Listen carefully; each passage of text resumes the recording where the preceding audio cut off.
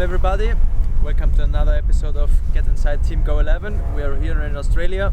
This is not the beach. This is a small lake inside of the circuit. Yes, that's the intro. So Philipp, as usual, let's step back to Mandalika. On Friday, all the riders had a really bad feeling with the track because it was not so clear. What do you think about? How was the feeling for you? Of course, if you put the asphalt 2 weeks before the race and there is no track activity on the track, there is zero grip. So it took the Supersport 600 and the Superbike class some track time to put some grip on the track. But when there was FP3, there was quite good grip on the racing line, but not off the racing line. After some problems happened in San Juan with your body problem, we went to Mandalika and you felt okay on Friday. Was the problem solved there? Yeah, I think the problem was solved there because before Portimao, we have to step back a little bit. Before Portimao, I got sick and I couldn't train for almost 4 weeks. So the problem is in Argentina. I can somehow explain with that, but then I had 2 weeks back home and I could start training again because I feel better. And in Mandalika, I didn't have this kind of problems, and we were quite competitive. On Saturday in the race, everything seemed to be quite good. You were fast, consistent on the pace. But then, when race one started, you immediately had some problems. Can you explain all your race and the crash you had? Yeah, the main problem was I had a great start, and then I was behind Scott, and Scott braked late, and I braked late as well, and I went very far off the track. And, I was almost in last position, and I had to catch up a lot of places. And on the way back to the front, I made a small mistake, which put me off the racing line, and I had a big crash. And I was lucky that there was no broken bones. Then on Sunday, in the morning, you seemed to be quite okay, without many physical problem. But during the warm-up, you couldn't ride due to a technical problem. In Superpole race, what happened exactly? Because then you had to be transferred to the hospital for further checks. Can you explain that moment? Yeah, it was not an easy Sunday for me, and I guess also for the team. We didn't ride very much in the warm-up because we had a technical problem with the bike.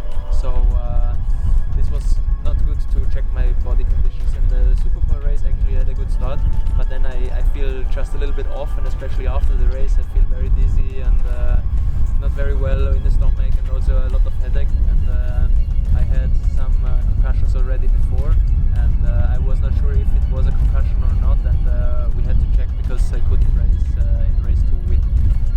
I think it wouldn't have ended in a good way because I couldn't focus, and due to it was a very big crash on Saturday, maybe one of the biggest I had so far, and I don't know what the problem was looking back now, but on Sunday there was no way to ride in a good way.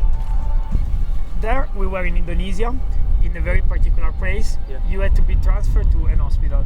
Can you say us how are the hospitals there? How you feel during the transfer?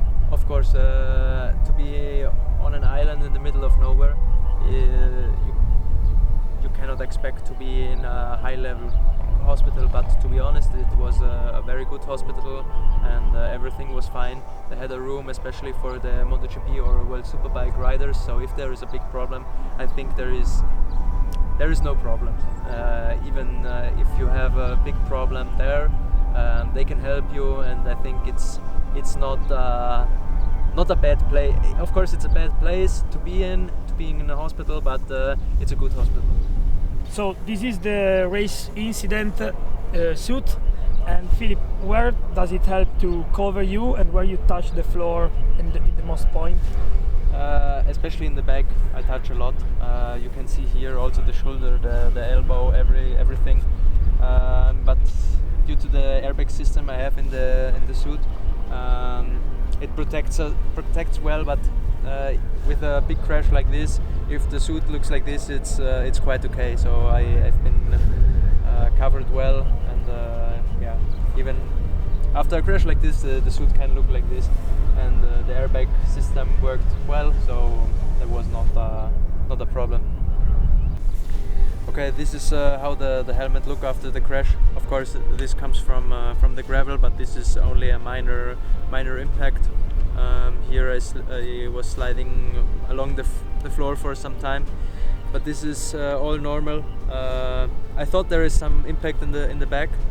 I think the only part on the rider's safety, which is still a concern to every rider, is the neck, because we cannot ride with a neck brace like the motocross riders. So if you have a crash like me and you have a very fast spine movement, there is no part of the leather suit or the helmet whatsoever which can save you. But I think the helmet did a good job in protecting me. And okay, I have to throw it away now because I'm not allowed to use it anymore. But I'm happy that HJC supplies me with some more helmets. Okay, that's another episode of Get Inside Team Go 11 done. Now I have to pass the medical check. I hope everything goes well, and we are a little bit luckier than in Lombok.